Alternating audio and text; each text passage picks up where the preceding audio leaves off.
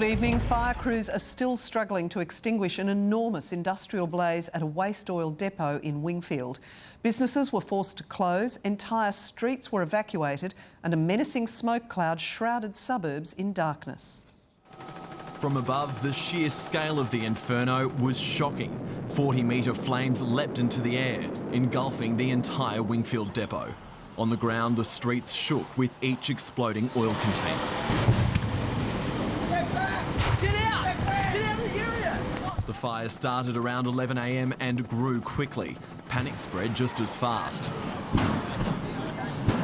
Police evacuated neighbouring streets, setting up a 150-metre exclusion zone in some directions. I've got all my crew and all the rest of the people out now. So yeah, it's pretty horrific what's transpired. Distressed business owners were forced to wait and hope the flames didn't spread to their properties. All our paperwork, everything, like our whole existence is in that workshop. Thick plumes of tar-black smoke billowed into the sky. You'd think it was turning into night time from the smoke, wouldn't you? The sun's gone and it's quite scary. The dark cloud wafted across the city. Residents were warned to stay inside. We don't know what's in the smoke, we don't know what's burning, we don't know the toxicity of it. Even standing here hundreds of metres away, the intensity of the blaze is overwhelming. Onlookers agree they've never seen anything quite like this. To me it's ghastly, absolutely ghastly. What more can you say? It looks like a war zone. Up to 100 firefighters battled the blaze, but the oil supply made their job dangerous and difficult. A few big explosions, watch an oil drum or whatever, just fly straight through the air. To make matters worse, there were problems with water supply, but reinforcements came from above, the air crane on loan from the CFS. It's usually reserved for major bushfires. Damage to neighbouring properties was minimal, just a nearby shed, but several cars went up in flames. Speculation's rife as to what caused the blaze. We heard it was actual a welder, just sparks gone AWOL and unchecked, and next thing they've got a fire. Police still haven't determined the cause. They've hit back at claims they took too long to clear the area. We got to them in fairly quick time and reduced the risk of any of those being harmed. A firefighter suffered burns to the hand, but no one else was injured. Ben Terry, 7 News. A super trawler set to change the future of Australian fishing has sailed into Port Lincoln amid a sea of controversy.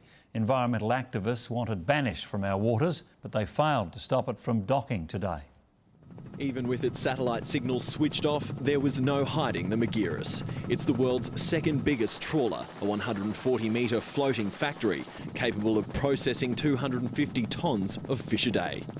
The Dutch-owned ship brought over by Seafish Tasmania was flying the Aussie flag. A peace offering perhaps, but an insult for waiting Greenpeace protesters who tried to stop it docking. We don't want it, we don't need it. Not here, not in our waters.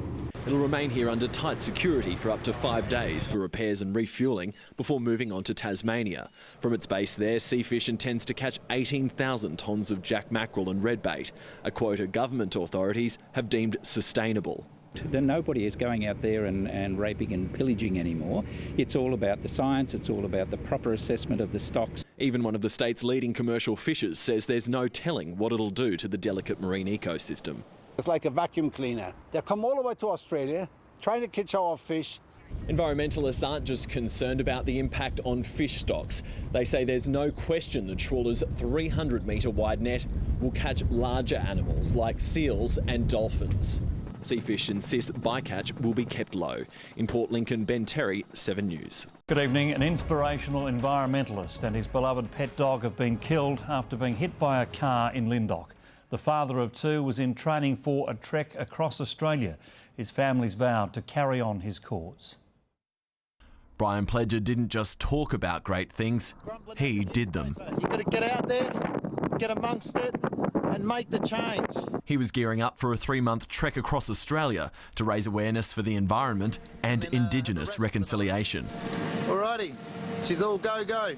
He'd already completed several long training hikes, but last night he was killed while walking in his own street. A car struck him from behind just after 8:30. The driver stopped, but the 45-year-old couldn't be saved. He died doing what he loves, walking. Brian was with his 2 dogs. One didn't survive. She had to get put down because she had a broken spine, but At least that means she wasn't really feeling pain or anything. The Lyndoch community's rallying around Brian's young family. He was a great dad. He always supported me. He loved animals. I'm going to stay strong for these guys, for Mum. But yeah. Even at such a heartbreaking time, Brian's children are determined they'll finish the walk he set out to do. They know he'll be with them in spirit. But I tell you what, I'm on top of the world. V is for victory. Ben Terry, 7 News.